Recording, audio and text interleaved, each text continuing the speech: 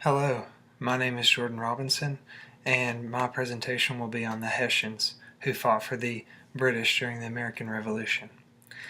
In 1776, Frederick II used garrison units to fill almost a third of the manpower requirements of a treaty with the British that sent 19,000 men to fight for the British in America. Initially, it was a voluntary recruitment, but it moved to one of compulsion. Frederick II hired out these young German men for 19 million Reichsthaler. Many men who were eligible for the draft decided to immigrate. While some did not flee the nation, there were reports of the flight of whole families and village populations on the approach of recruitment officials. He dispatched 19,000 soldiers to America. Great Britain's trouble in the Americas finally presented Frederick with a great opportunity. It was great for Hessian Castle. A troop convention would offer immediate relief for the two burdens of rural overpopulation and poverty that had been worsened by recent crop failures.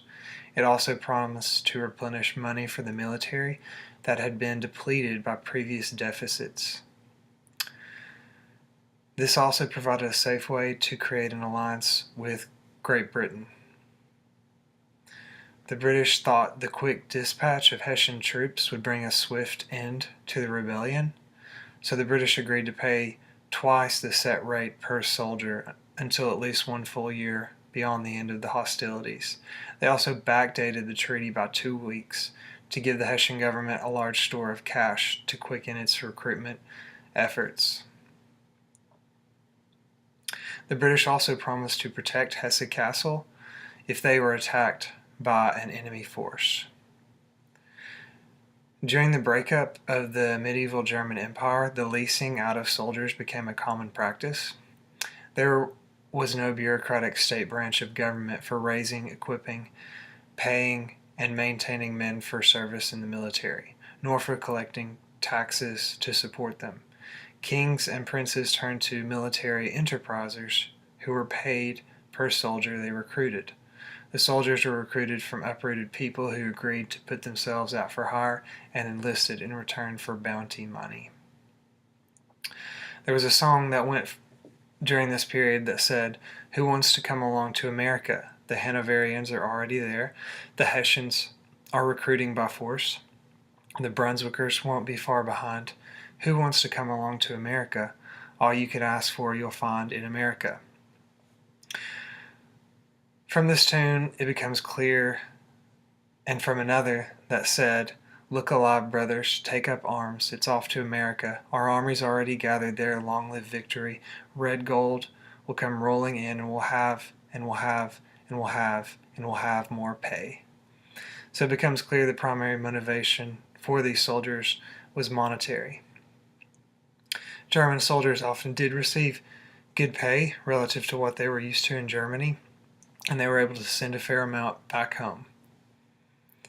There was a competition between the small German states to have the most skilled soldiers to be hired out for service. Hessian Castle, that German state, had a strong reputation for its war-trained soldiers.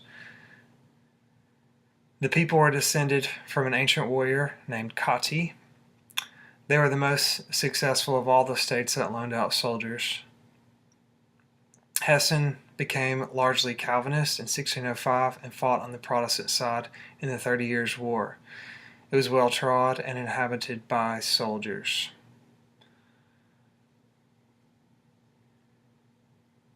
Hessen had received subsidies for fighting in the war, but this was at the expense of the countryside. The army was viewed as a source of income. And it was virtually inevitable that the British would turn to foreign troops to crush the American rebellion. They didn't have the number that they needed to do this. So the rations for the soldiers were basically pretty good. 4 pounds of bread and 4 pints of beer per day, shared among 6 men. Diet of beef, twice a week, pork, twice a week, oatmeal, flour, cheese, and raisins. A kettle for cooking, a large linen bag, and cooking fat to make suet pudding, which was supposed to be a treat for the sailors. But the voyage was very difficult. About 15 men died in the crossing of the 1st Division and 10 in the 2nd. Hessian soldiers did not view American colonists as having a just cause to rebel against the British. They viewed the colonists as ungracious subjects of a gracious king. The opposition to taxes was viewed as an excuse to seize power, and they believed that the colonists were spoiled.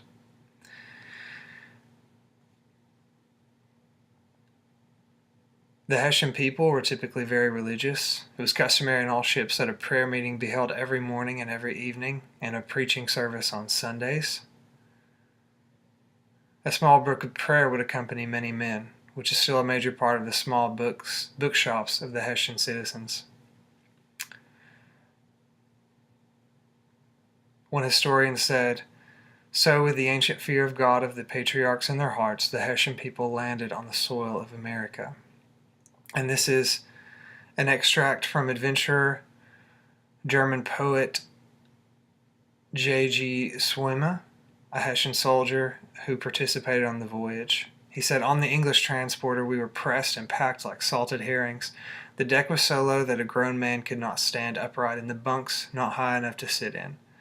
The situation was, especially in warm weather, decidedly not cool. For one man to turn from one side to the other alone was absolutely impossible, and to lie on one's back was an equal impossibility. After having roasted and sweated sufficiently on one side, the man who had the place to the extreme right would call, 'Roundabout turn,' and all would simultaneously turn to the other side." And he goes on to talk about how the rations were fairly poor as well, and the pudding that was supposed to be a treat. He said the pudding was made of a musty flour, half salt and half sweet water, and a very ancient mutton suet. The bacon could have been 4 to 5 years old, was black at both outer edges, became yellow a little farther on, and was white on the very center.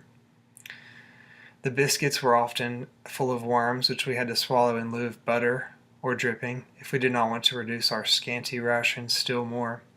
Besides this, they were so hard that we were forced to use cannonballs to break them into eatable bits.